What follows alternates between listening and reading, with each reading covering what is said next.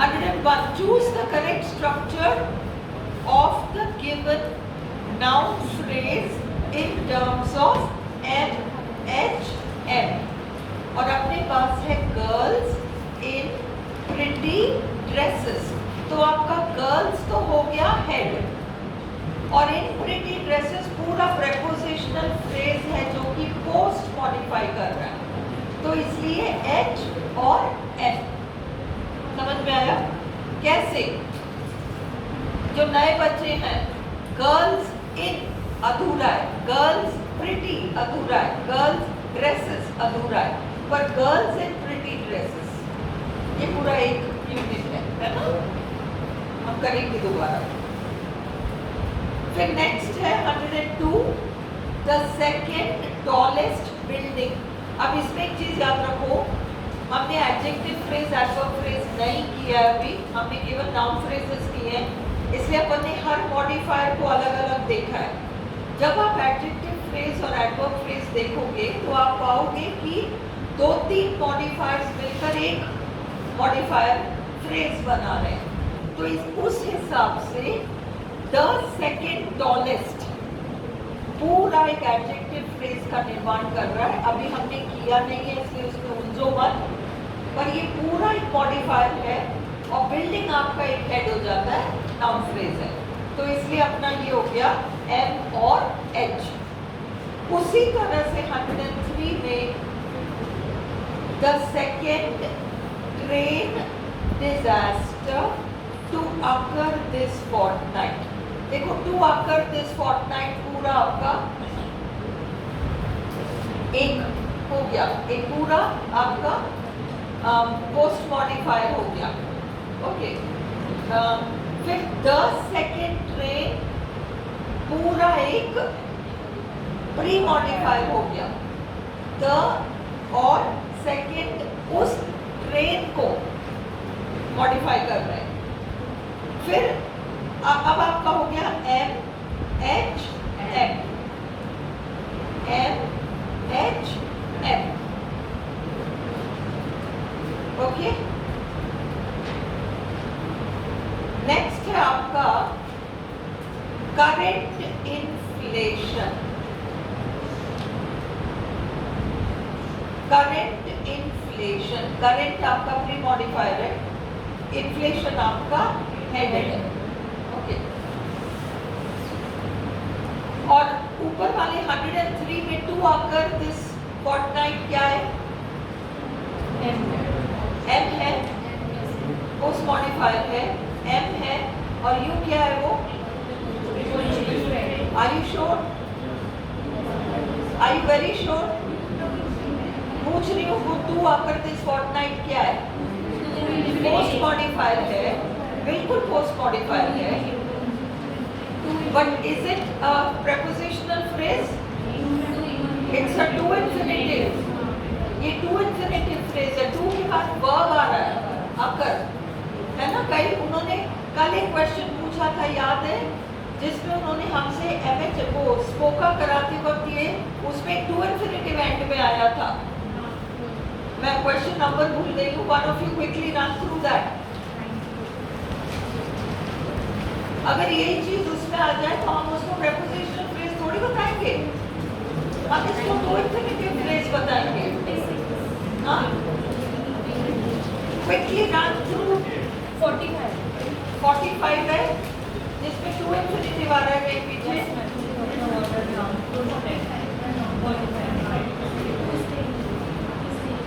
हाँ, आ रहा है उसमें टू इन्फिनेटिव आंसर था क्या?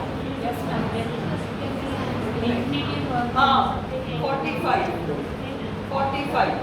Is it clear to you? चलो. नेक्स्ट है हमारा करंट इन्फ्लेशन M और H. 105. I am sorry. I have. अब इसने सॉरी कह दिया ना, वो अफसोस जता रहा है कि उसके नहीं के बराबर ही दोस्त है. I have few friends. और इस सेंटेंस को देखो, क्योंकि हम ऑक्सिलरी शुरू करेंगे. हैव का एक यूज है रखना. I have फ्रेंड्स, यानी मेरे बहुत ही कम दोस्त हैं।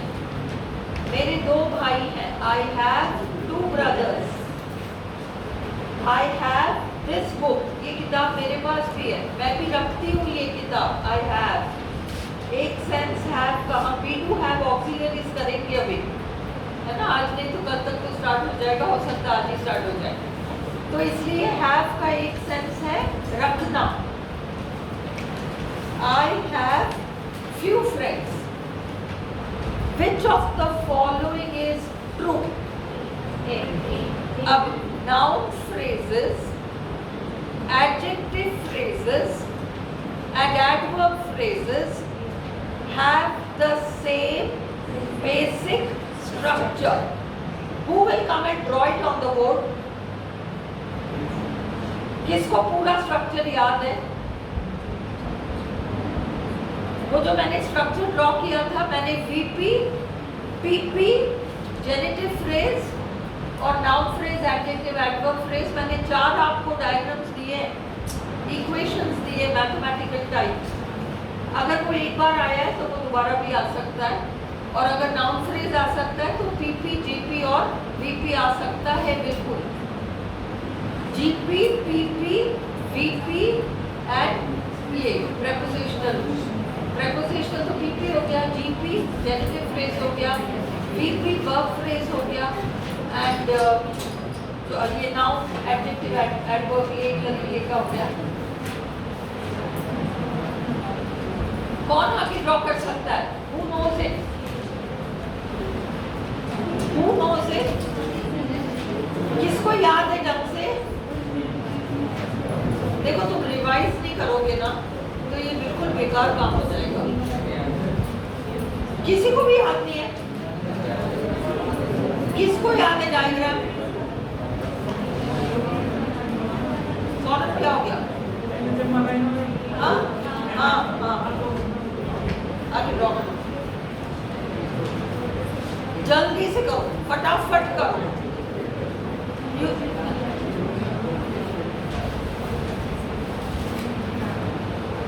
बहुत सारे नए बच्चे पता नहीं, कॉपी कर जाओ। ये नाउन फ्रेज है, यही एडजेक्टिव फ्रेज है, यही एडवर्ब फ्रेज है। नए बच्चे कॉपी डाउन करो इसको।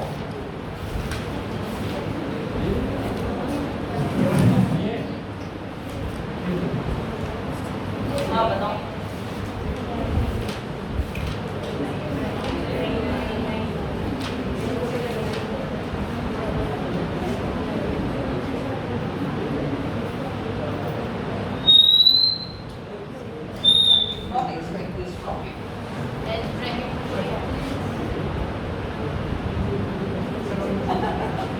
नहीं करना पड़े, यही है वो एक चीज में हम उलझ जाएंगे। ये बिल्कुल यहाँ छपा हुआ होना चाहिए कि this is what a noun phrase is. Modify, अच्छा एक चीज और इसमें समझो, तुम्हारे साथ हम समझ नहीं। लिसन टू मी, अब इस चीज को थोड़ा सा आप लोग समझो। ये जो है ये नाउन फ्रेज,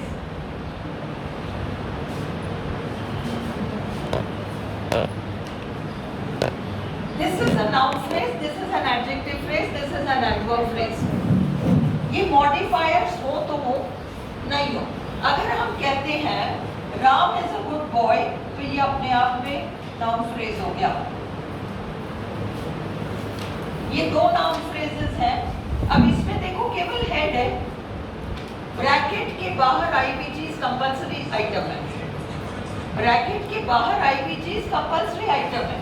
ये ब्रैकेट में नहीं आ रहा, ये तो कंपल्सरी है ना। मॉडिफायर हो तो हो, मॉडिफायर ना हो तो मत हो। तो इसलिए राम में तो मॉडिफायर ना पहले है ना बाद में है, ये नाउन फ्रेज है। और इसका मतलब है ब्रैकेट में जो M आया है, इसका मतलब है ये ऑप्शनल एलिमेंट है। हो सकता है वो, हो सकता है ना भी हो। और इसका मतलब है एक हो तो एक हो, अनेक हो तो अनेक हो। और ये लोग क्या करते हैं कि पेपर में इन्होंने इस तरीके से नहीं देकर यहाँ कुछ सिंबल दे रखा है, इधर कुछ इन्होंने कर रखा है। तो तुम कंफ्यूज मत होना, ब्रैकेट के अंदर चिन्ह हो चाहे ब्रैकेट के बाहर चिन्ह हो, सेम चीज है। कंफ्यूज मत हो जाना पेपर में। Is this clear? उसी तरह से यहाँ जो दे रखा है उसको उन्होंने इधर कुछ कर रखा है, जो भी कर रखा है। Is this clear to you? Some sign उन्होंने कोई सिंबल बना रखा है, तो उस चीज को तुम पहचान जाना। Very good, this is noun phrase, this is adjective phrase, this is adverb phrase. अगले पेपर में प्रेपोजिशन, वर्ब, जेनिटिव वो सब आ जाएगा, तो अभी से याद करो उनको, लर्न इट बाय हार्ट। चलो, तो the structure of a noun phrase is ऊपर वाला। अगर ये एस्टरिस्क का साइन बाहर आ जाए, कुछ और सिंबल बनकर आ जाए, तो भी फर्क नहीं पड़ेगा, यही रहेगा। 109, which is true, which is true, अच्छा sorry, which of the following is true? Noun phrases, adjective phrases and adverb phrases have the same basic structure। ये रटा हुआ होना चाहिए कि बिल्कुल तीनों का सेम स्ट्रक्चर होता है। अगला बी देखो, there is always a pre modifier, बिल्कुल नहीं, जरूरी नहीं है। अ हेड वर्ड कंपल्सरी है, and post modifier in a phrase, बिल्कुल नहीं। नाउन फ्रेज हो या एडजेक्टिव फ्रेज हो या एडवर्ब फ्रेज हो, हेड जरूरी है। प्री मॉडिफायर और पोस्ट मॉडिफायर हो तो हो, ना हो तो ना हो, एक हो तो ठीक, अनेक हो तो ठीक, सारी स्थितियां ठीक है। A verb phrase and a noun phrase constitute the same elements, बिल्कुल भी नहीं। Head word comes after the post modifier in a phrase, बिल्कुल भी नहीं। post शब्द का मतलब ही है head के बाद में आने वाला, इसलिए फर्स्ट हमारा आंसर है। 107, the verb phrase always acts as a predicator in a clause। verb phrase हमेशा predicator होता है सेंटेंस के अंदर। फिर the structure of a noun phrase is पहला वाला A, which is true, which is true,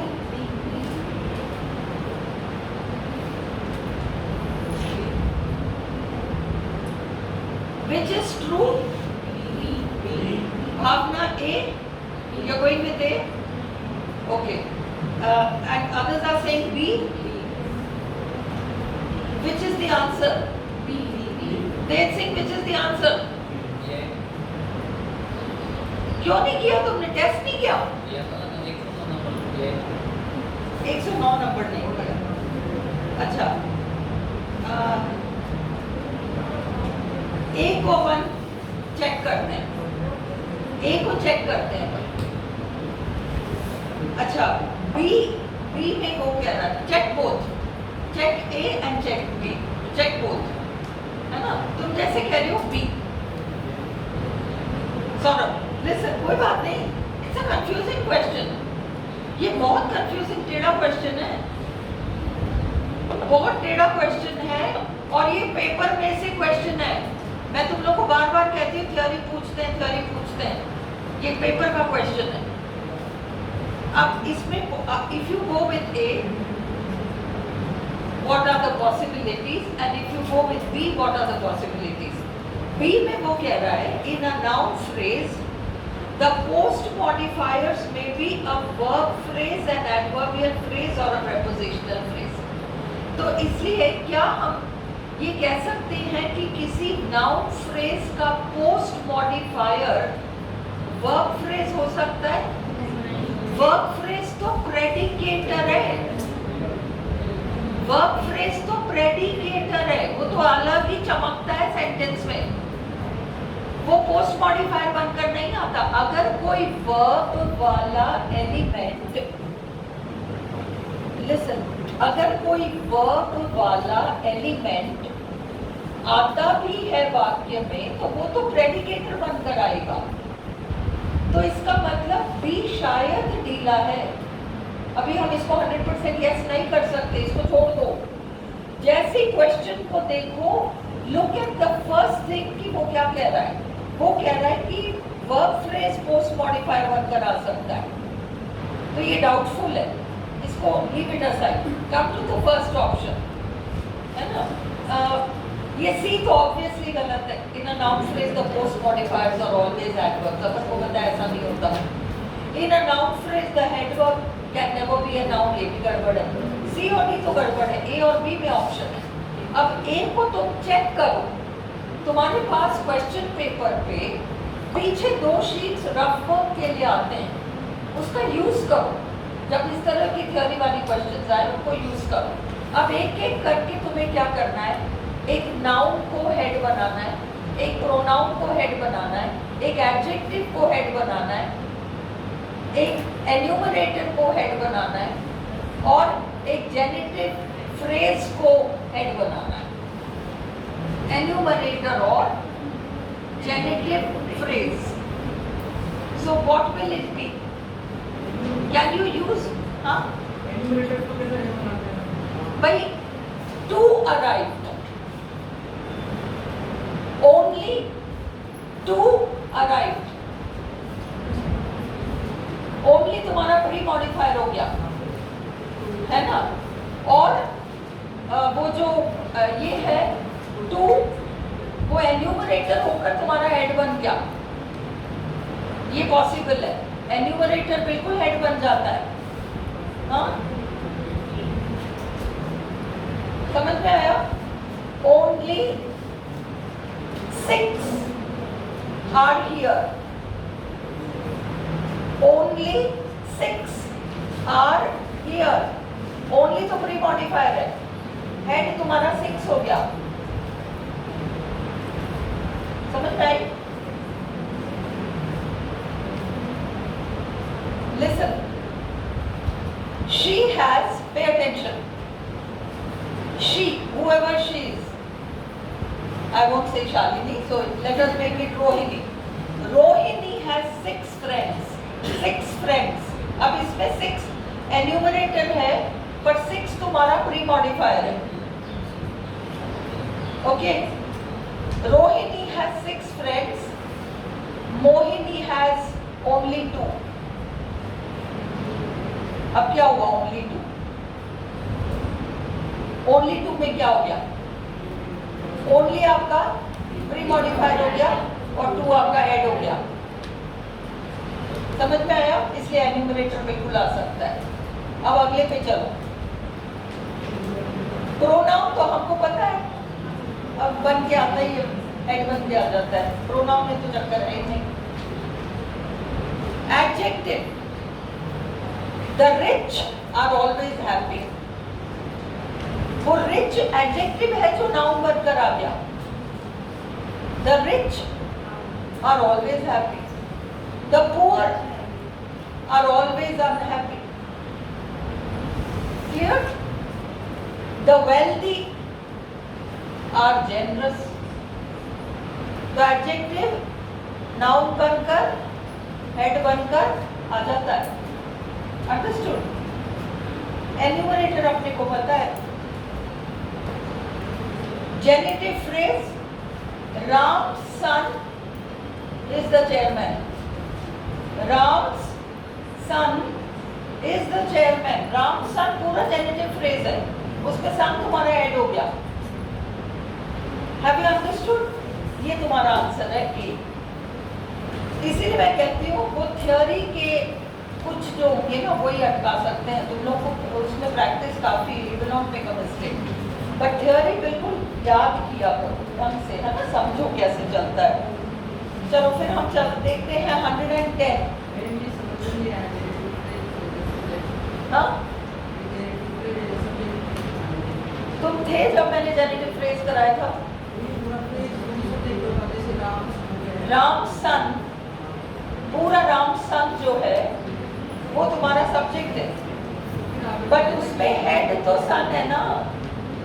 सन तो राम सन पूरा जेनेटिव फ्रेज है। राम कभी भी हेड नहीं बनेगा, पर सन तो बनेगा।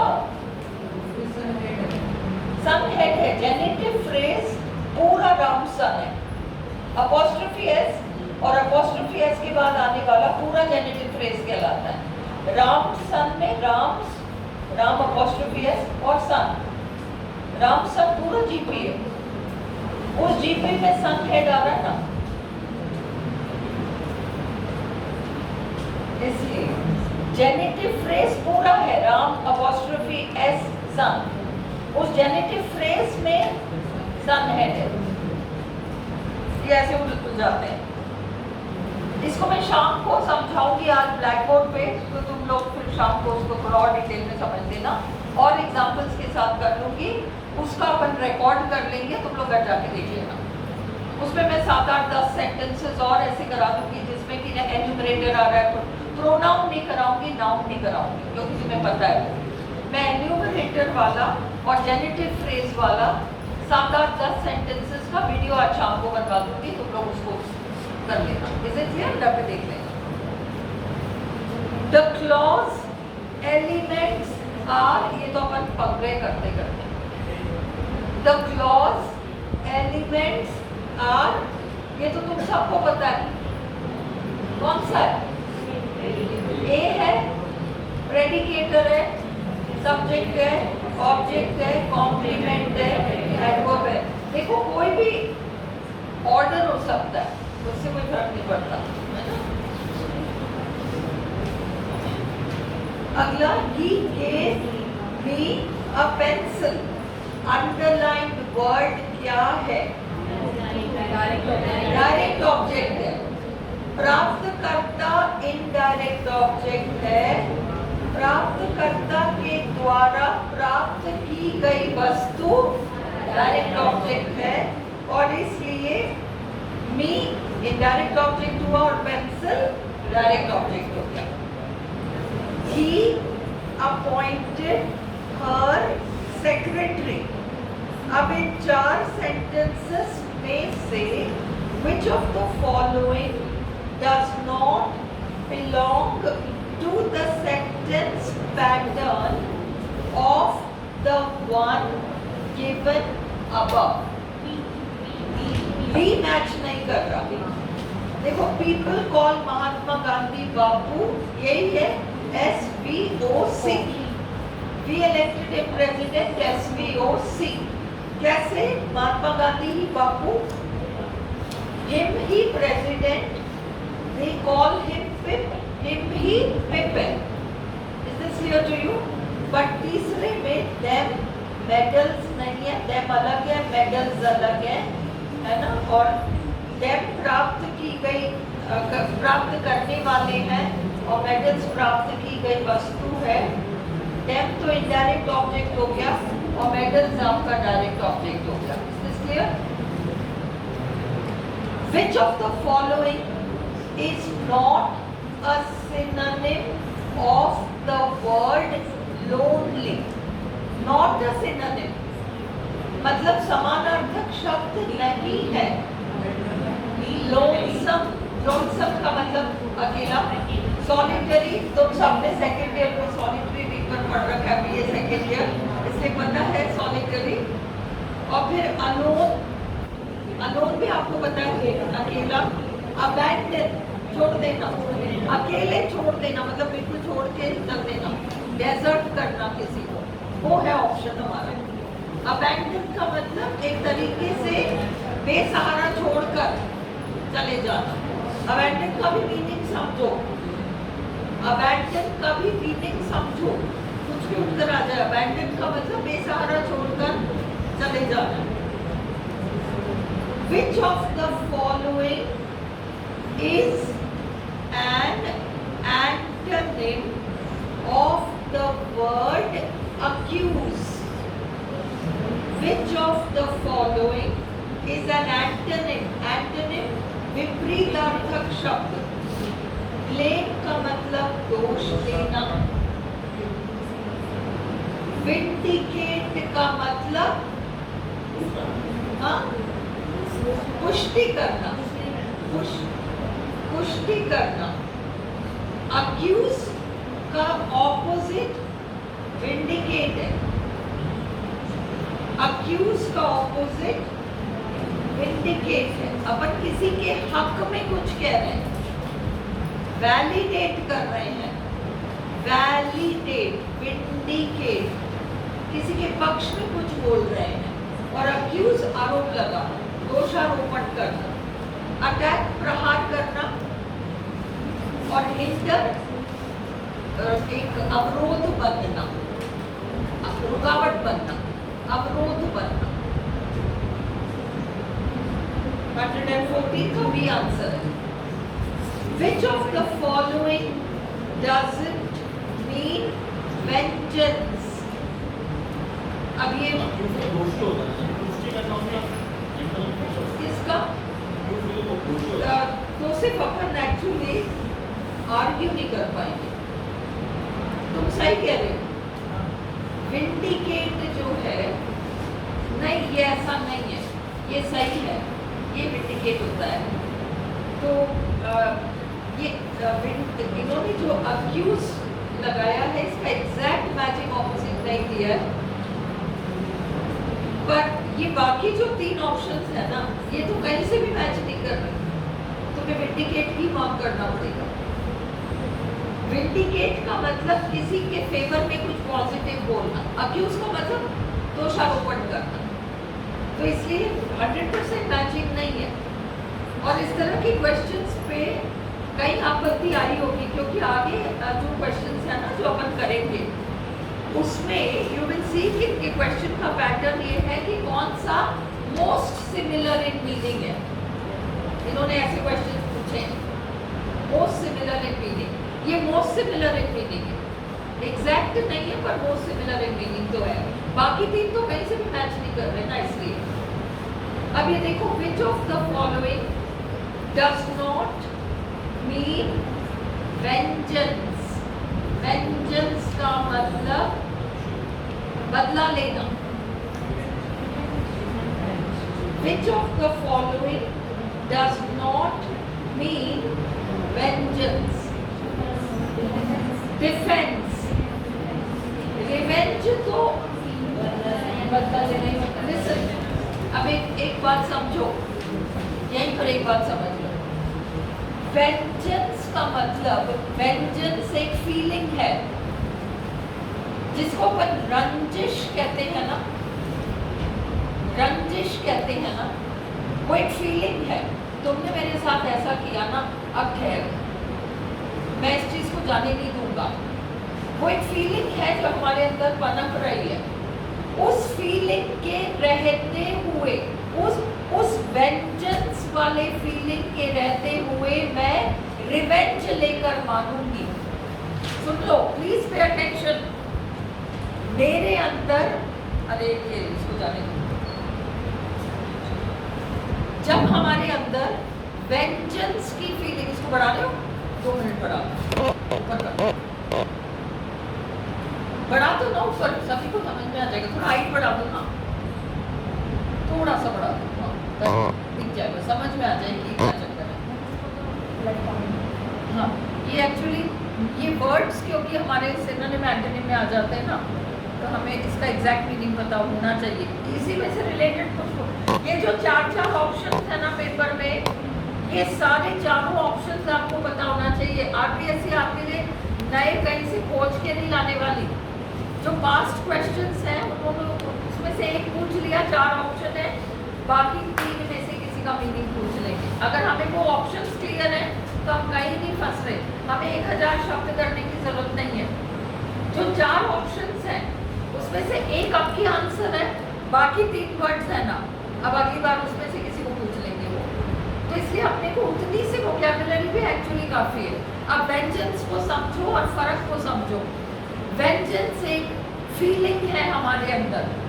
आई सीक वेंजेंस, मतलब आई सीक समथिंग, मेरे अंदर एक फीलिंग भर रही है, उसको मैच करता हुआ मैं एक एक्शन ढूंढ रही हूँ।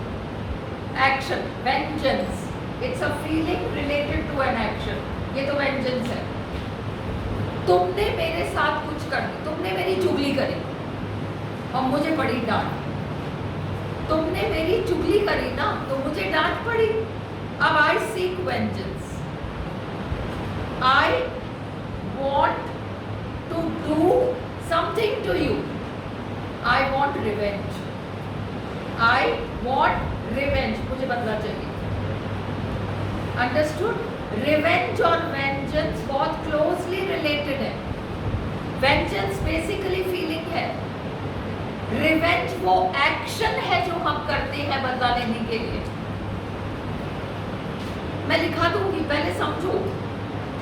वेंजेंस तो मेरे अंदर फीलिंग है, रिवेंज लूंगी मैं, कुछ एक्शन करूंगी। जब मैं एक्शन ले लूंगी, जब मैं एक्शन ले लूंगी तो क्या हो जाएगा? नहीं, वो एक्शन रिवेंज है। I took revenge. I took revenge by doing something to her. I took revenge. बदला ले लिया मैंने, बदला ले लिया, है ना? I took revenge by doing something to her. अब avenge, avenge समझो। तुमने मेरी चुगली की, उस गलती के लिए मैंने जो बदला लिया, उस बदले से मेरे कलेजे को बड़ी ठंडक पहुंची। I have avenged. कॉम्प्लिकेटेड है ये। हमने जो बदल, देखो कितना क्लोजली रिलेटेड है। You did something, तुमने मेरी चुगली करी, मुझे बहुत जोर से डांट पड़ी, तो now I seek vengeance. ठहर, I'll show you. I seek vengeance. पर मैं अभी अपने घर पे ही बैठी हूँ। I seek vengeance. I seek vengeance. I'm waiting. आने दे मौका, फिर बताती हूँ. This is vengeance. No action. Understood? रंजिश. अब उस रंजिश के पलते हुए मैं क्या करूँगी? जब कोई आसपास नहीं होगा तो उसका कुछ कर दूँगी. Now I've taken revenge. अब मैंने जो किया उससे मैंने बदला ले लिया. I've taken revenge. Understood? Revenge लेने के बाद क्या हुआ? I have avenged. I have avenged myself. I have avenged myself. क्योंकि तुमने मेरे साथ कुछ बिगाड़ किया था, अब तुमने मेरी सहेली के साथ कुछ बिगाड़ कर दिया। I have, फिर भी मैंने अवेंज कर लिया। मेरे को जो एक वो आ रहा था, गुस्सा आ रहा था कि तूने मेरी सहेली के साथ ऐसा किया, रुक मैं बताती हूँ। तो I have avenged what you did to my friend. उसके लिए जो ठंडक, that is avenge. Is the difference clear? ये steps में है। चलो, अब let us proceed. अब इसको हाँ हाँ नहीं, I took revenge. Revenge noun है। बहुत अच्छा क्वेश्चन पूछा है। Revenge noun है, avenge verb है। Revenge लेकर, revenge एक वस्तु है, मतलब I took revenge. It's an action. I've done something. I took revenge. Revenge is noun. But revenge लेके I have avenged myself. Avenge आपका क्रिया है. Avenge आपका क्रिया है. और vengeance पूरा भाववाचक संज्ञा है. पूरा भाववाचक संज्ञा vengeance हो गया. वो स्टार्टिंग पॉइंट है. वेंजेंस वो बीज है, वेंजेंस वो बीज है जो तुम्हारे अंदर पनप रहा है, उसकी वजह से तुम रिवेंज लोगे, और रिवेंज लोगे तुम अपने आप को अवेंज कर लोगे. Now is it clear? हाँ,